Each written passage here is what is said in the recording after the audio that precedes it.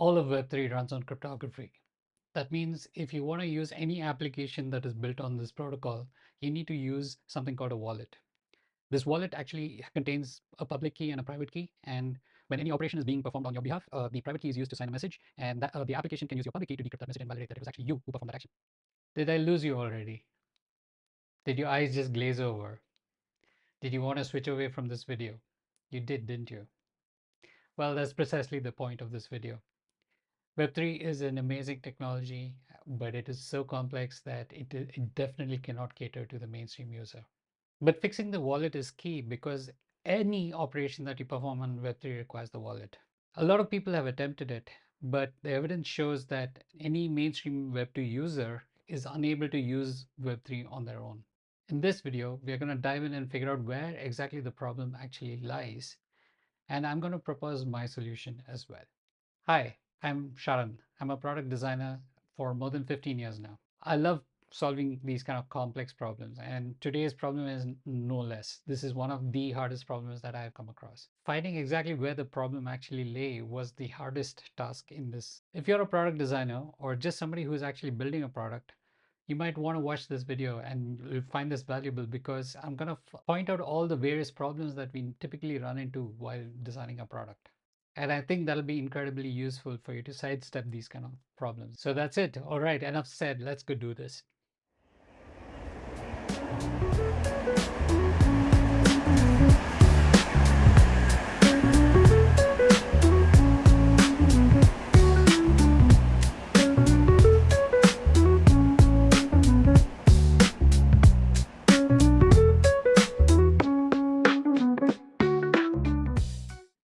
If you don't already know, the birth of the cryptocurrencies was actually tied to the global financial crisis of 2008. The story goes that banks were entrusted with safeguarding our money. Because they had our money, they were also responsible for transferring money from person A to person B. So all they had to do was change the entries in the ledger accounts that they maintained. So they would deduct an amount from this person and add it to this other person's ledger. That's how money was actually transferred between people. But there is an underlying requirement of trust beneath all of this. You needed to trust that the bank was doing the right thing. But you know human nature. Whenever there's a situation where trust can be betrayed and a profit can be made, that's what will happen. Humans are fallible, and this story has played out multiple times. So in 2008, the financial crisis was actually caused by the banks making bad bets. And what's worse is that it was the public taxpayers' money that was actually used to bail them out. So after 2008, a group of people sat together to figure out an alternative system that not only allowed us to store our own money, but also to transact with others using no intermediaries. And they cracked the problem. While this was an immense achievement, this was built on a layer of cryptography which is technical. And our Web2 users, the mainstream users, do not want anything technical. They will constantly choose convenience above all. So for them to actually experience a superior system like Web3, it is up to us as product designers and software engineers to pave the way and make it as simple as possible for them to start using this. Because this wallet cannot be avoided, it is absolutely the element that we need to fix. And that's why it is so critical. So where's the problem? It took me a long time to figure it out, but the problem actually lies in the fact that a lot of the people that are working in this field, developing new wallet software, are kind of approaching things in an iterative manner. So they're trying to make the previous version of this software better. And they've achieved that, no doubts over there. I love using Zerion, I love using Rabi. These wallets have made the ability to transact on Web3 much, much simpler. But, and there's a but, caveat here is that these are great wallets only compared to others out there. If you were to bring a Web2 user, a non-Web3 native user into this world and ask them to start using this wallet and go ahead with it, they will not be able to do so. I have seen this happen time and again. And when you're involving money, people want to be extra secure, extra sure that what they're doing is the right thing. That is not being achieved here. That's the bar. That's the bar that we need to kind of like jump over. So it's a lot like fixing the outside, the facade of a building when the actual problem actually lies in the foundations. It's actually no one's fault that we are where we are. It is the nature of open source software. It is the nature of building software. When you're dealing with brand new technology that has no precedence, it is natural for us to invent new ideas and come up with new concepts. And because these concepts need to be referred to by others, we name them. And one of the key problems is in the naming of the wallet. A wallet is typically assigned to something that can actually hold money or money instruments. This wallet actually does not hold anything. The money is actually recorded on the blockchain. The wallet is more akin to an access or an identity card than it is to something that holds anything. But this isn't the only thing that went badly either. Since this is open source technology, there have been many contributors over a period of time, and each of them have referred to ideas that somebody else had been working on with different names. So you'll see that a lot of people refer to the wallet address as the public key, as the externally owned account address, and so on. There's just a lot of ways in which the same thing is referenced, and this goes across all the layers of Web3. But why is terminology so important? Any new user that is using a system that they're not familiar with is going to look at the terminology that is used within the software to help guide them on what they're doing, whether they're doing the right thing, and so on. That's why you see on e-commerce sites add to basket. People understand what a basket means, even though that there's no physical basket anywhere within an e-commerce system, right? So in a similar sense, when you say wallet and they've got this idea of a container, you're actually misleading them. You're actually leading them the wrong way. When you can download a Zira wallet and put in a seed phrase from another wallet and actually access the same account, you're kind of like, the user is not going to be able to grok this at all. We need simpler terminology. We need to actually make this much simpler. And that means that we have to start from the ground up, from the base layer where we are naming things. So we got to begin by asking the question of what do these users, the mainstream users, understand already, and build upon that knowledge base. I'm a big believer of evolution, not revolution. I paid a high price once upon a time in order to learn this lesson. When you're creating a product that actually attracts or is meant for a large market, do not invent new stuff. You always build something that is like something else, but different in this way. The term e-commerce is such a great example of this idea. It is like commerce, like you do on a regular basis, but electronic. You see what I'm saying here? So in that sense, the wallet is actually banking software for a bank that is owned and operated by the user. That's a better framing of what it is that we are building over here than anything else that is out there. So if we use this kind of a mental model, we'll be making some real progress over here. The reason I'm using banking as the base is because banking has been around for 2000 years. So this foundation of banking itself, it will actually appeal to the largest group of people out there. So if you've used banking in any way, you'd be familiar with the concepts that we use over here. If you've never been banked before, then it's definitely a problem. But the advantage is that you can talk to anybody else and they'll tell you what a savings account or a checking account is. So that is the huge advantage with going with the idea of banking. So how does all this translate to design? How does this software actually look if we use this kind of a model? Let's begin with the terminology. So if we were to translate Web3 terminology into banking terminology, it would go this way. So the wallet software is called banking software. The wallet address is going to be the account number. The private key is going to be the signature. The coins and tokens are going to be currencies, and the blockchains are going to be networks. Gas fees, tips, and the base fees and everything else gets combined as transaction fees. And NFTs are just going to be called collectibles, and so on. But don't you think this is already feeling a lot more familiar? Now let's talk about the architecture itself. So this banking software is going to contain 3 separate accounts. One is going to be the checking account, which will actually interact with other known users and entities that this person actually knows. The second is actually the savings account, which is actually going to stake and perform safe operations that generate interest. Or you can just leave your assets over there for safeguarding. A third account is going to be the investments account. And this is where you would interact with dApps, external apps, which will actually generate more interest than the savings account itself, but of course with a higher risk. This structure is great because not only does it feel familiar to end users, but it also creates a very good security layer as well.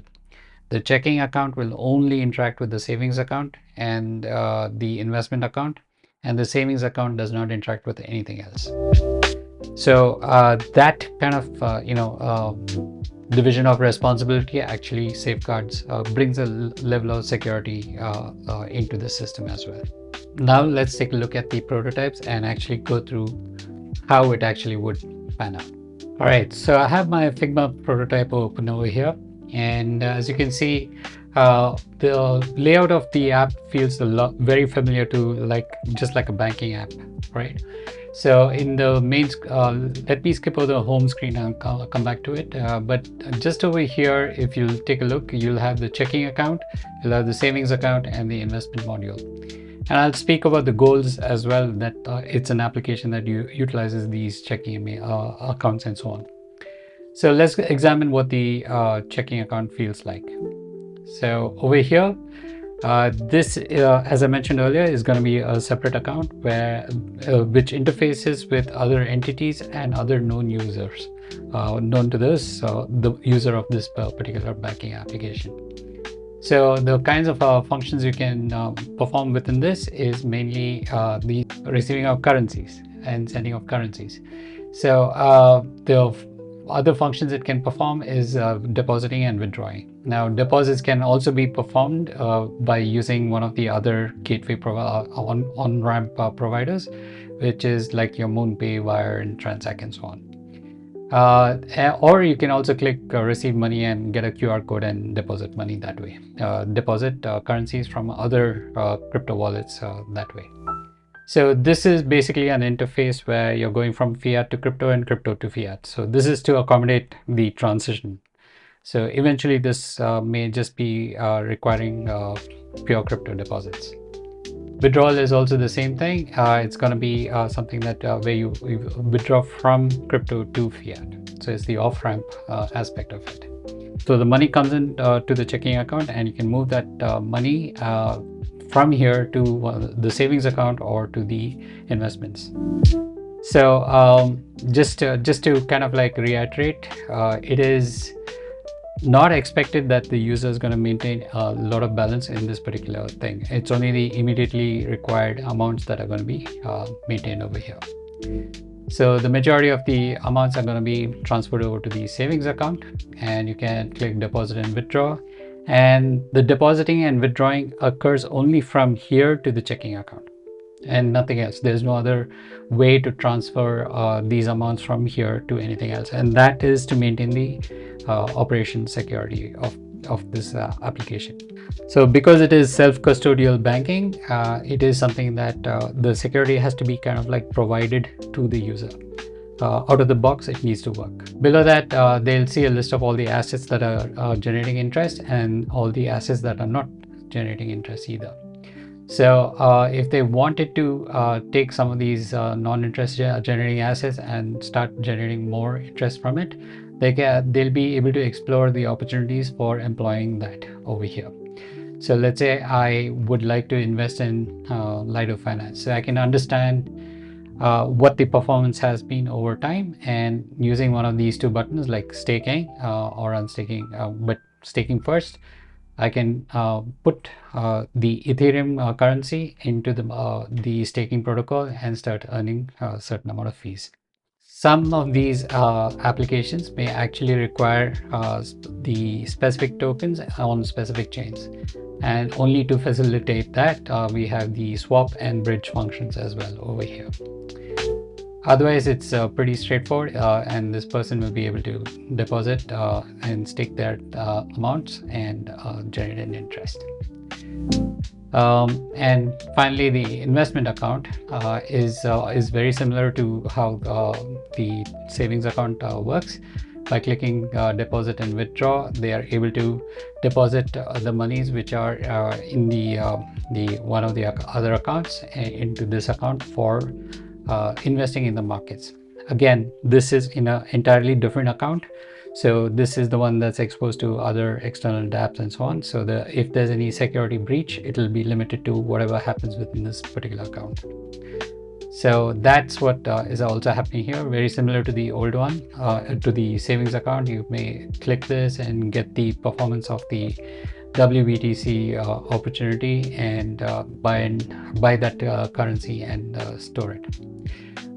And similar to the savings account, you may also perform many swap or bridge functions within this. So you will also get your total performance that's been occurring over time. And because all the amounts are actually recorded on the blockchain as to which date what amount came in, we are actually going to be able to also figure out exactly what is the amount that was initially deposited and versus how much was actually generated through the interest earnings and so on.